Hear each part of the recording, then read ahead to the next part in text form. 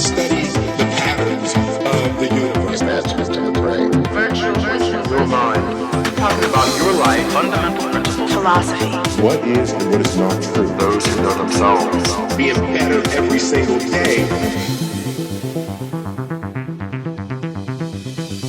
Hello there, welcome. This is the Think Grow podcast. I'm your host, Ruben Chavez, and normally I explore a variety of topics with thought leaders, creators, scientists, artists, and other interesting people with the goal to bring you different perspectives you can use to enrich your mind and improve your life in whatever way you see fit. So today I want to change it up a bit and give you a shorter episode and talk with you one-on-one about a topic that I am fascinated by, and I think a lot of you are interested in as well, and that is the brain. Specifically, increasing your intelligence, and that's really what I want to talk about here in this episode. I want to give you a few really specific, actionable strategies that you can go and implement into your life immediately and notice a difference. So I want to first start by talking about what intelligence is and what I'm referring to exactly. So as I understand it, there are basically two main kinds of intelligence. There is crystallized intelligence, and then there's fluid intelligence. In crystallized intelligence, you can think of it as something like your ability to learn and apply a skill. It has to do with language a lot, has to do with your accumulated knowledge and your kind of intellectual achievements. Think of it as your stored knowledge and ability to apply it. Fluid intelligence, on the other hand, is something more like being able to improvise off of information that you don't even have. It's the ability to solve problems independent of prior knowledge. So the way I like to remember these, and this is not exactly accurate, but it's good enough and it helps me separate them in my mind, is like this. I think of crystallized intelligence as book smarts, and then I think of fluid intelligence more like street smarts, right? Because book smarts is kind of the stored knowledge, and then street smarts is kind of being able to think on your feet. And this is something that's so important to me, and this is a topic that I want to explore in later episodes of this podcast because I think it's one of the most important things that we can do or learn how to do, and that is learn how to think better. Albert Einstein has one of my favorite quotes of all time. I'm looking at it right now. It's sitting on my desk, and it goes like this. Education is not the learning of facts, but the training of the mind to think. And this quote embodies what fluid intelligence is all about. It's being able to think. It's knowing how to think on your feet and improvise and solve problems. It's critical thinking, this kind of a thing. And this is what these strategies that I want to share with you are aiming to do. They're aiming to help you increase your fluid intelligence. And what's interesting is that for a long time, actually up until very recently, it was thought that your fluid intelligence could not be increased. Basically, you were born with what you were born with, and that's it. And while there is a genetic lottery of sorts that accounts for a portion of your intelligence and your, let's say, intellectual capacity, that's not the whole story. Actually, there was a recent study in 2008 out of the University of Michigan, and it showed that actually your fluid intelligence could be improved if you use the correct strategies and go about it in a particular way. So what are these strategies? What are the principles of increasing your fluid intelligence? Well, it turns out there are a few of them, and I'm going to go over 5 of them here. These are coming from a Scientific American article that cites this 2008 study that was done showing how these actually improved fluid intelligence. And so the first one is seek novelty. Seek novelty. What does that mean? It means expose yourself to new things, essentially. So when you expose yourself to new things, you create new neural connections, and these build on each other and create an optimal environment for learning. So novelty triggers the neurotransmitter dopamine, and we're all familiar with dopamine. Dopamine, it turns out, increases motivation, and it also leads to the creation of new neurons. And so this combination leads to better learning. I like to think of it as like if you observe a baby learning something new or seeing something for the first time, they're captivated and they want to continue learning it or receiving that information.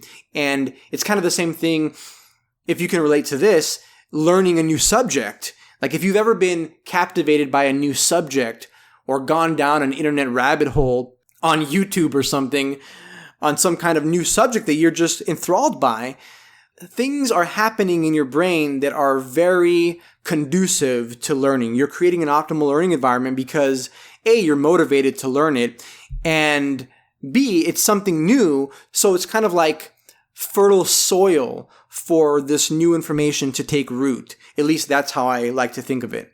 So how do you apply this principle? Very simply, you seek out new activities, new experiences, and new information.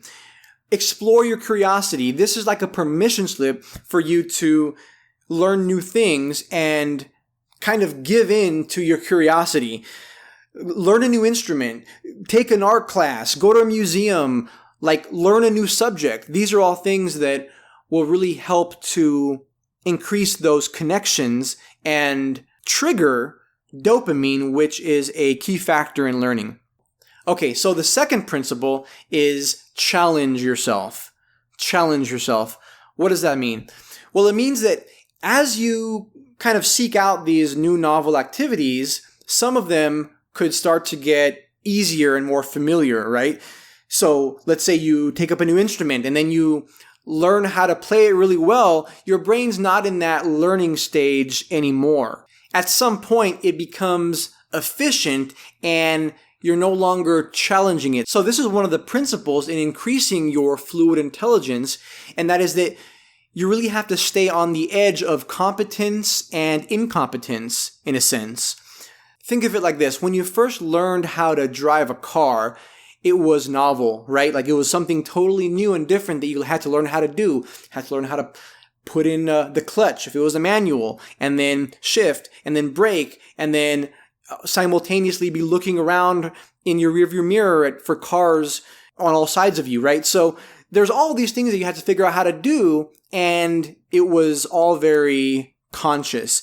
But at some point you got so good at it that those habits became unconscious, right? And you don't even think about it. Sometimes you probably drive to work on autopilot some days now because your brain eventually got efficient at doing the task. And so how do you get around this?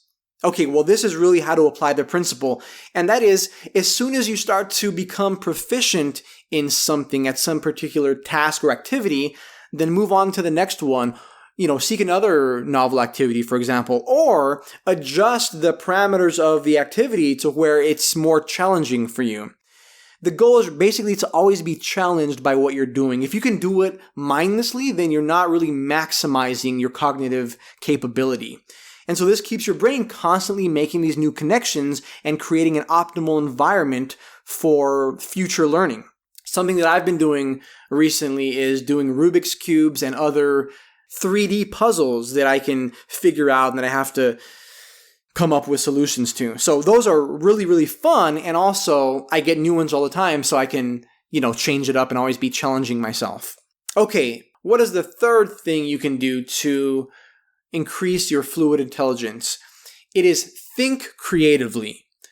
Think creatively. What does that mean exactly? Well, contrary to popular belief, most creative thinking is actually done with both sides of the brain, right? So we always think of the right side of the brain is the creative side and the left side is the more analytical side. Well, it's actually not exactly like that. Both sides of the brain need to work in conjunction with each other for most tasks, even if one side is dominant sometimes. But anyway, creative people think across a wide range of topics and subjects, and this is what creative cognition is all about, really. You want to be able to make connections between remote ideas and switch back and forth between conventional and unconventional thinking. And this type of thinking is very much tied to critical thinking, which is needed to solve multifaceted real-life problems, right? And so how do you do this? Well, you can start by thinking outside of the box, looking for unconventional solutions in places that you wouldn't normally think of. Pay attention to aspects of a problem that you're trying to solve that you would normally ignore, maybe. Word problems are a really good exercise for this. Something that I've come across recently, actually, is that you can strengthen the band of fibers that connects your left and right hemispheres of the brain. It's called the corpus callosum. You can strengthen this band of fibers, which enables communication between the left and the right hemispheres by exercise and through certain kinds of physical movement. So, for example, one way to do this is by doing exercises that cross the midline of your body. So if you think of your body as being divided into two halves longitudinally, then you have the left side of your body and the right side of your body. Exercises that force you to twist or cross one side of your body over past the midpoint of your body, those help to strengthen this corpus callosum that helps your left and right hemispheres communicate. Another exercise that does this is anything that involves mismatched movements. So, for example, tap your head and rub your belly counterclockwise simultaneously, right? That's very difficult, but it helps to strengthen the connection between your left and right hemispheres. And the last exercise that really helps with this is, I think it's called cross-lateral movements. That's basically where you are moving your left side of your body and the right side of your body in alternating ways. So something like this would be like crawling. And this is partly why babies crawl and part of what helps them to develop so well cognitively. So very interesting. And I would suggest trying those out. Those are easy things to do. Okay, so moving on to principle number 4. Do things the hard way. Do things the hard way. What does this mean? Well, just as your body needs exercise in order to stay healthy and strong, your brain also needs to be challenged, and it needs a specific kind of exercise. It needs to figure things out for itself. So it turns out that our brains actually benefit from a certain amount of struggle and effort. The problem with our modern day world is that technology has kind of weakened our cognitive abilities to a large extent.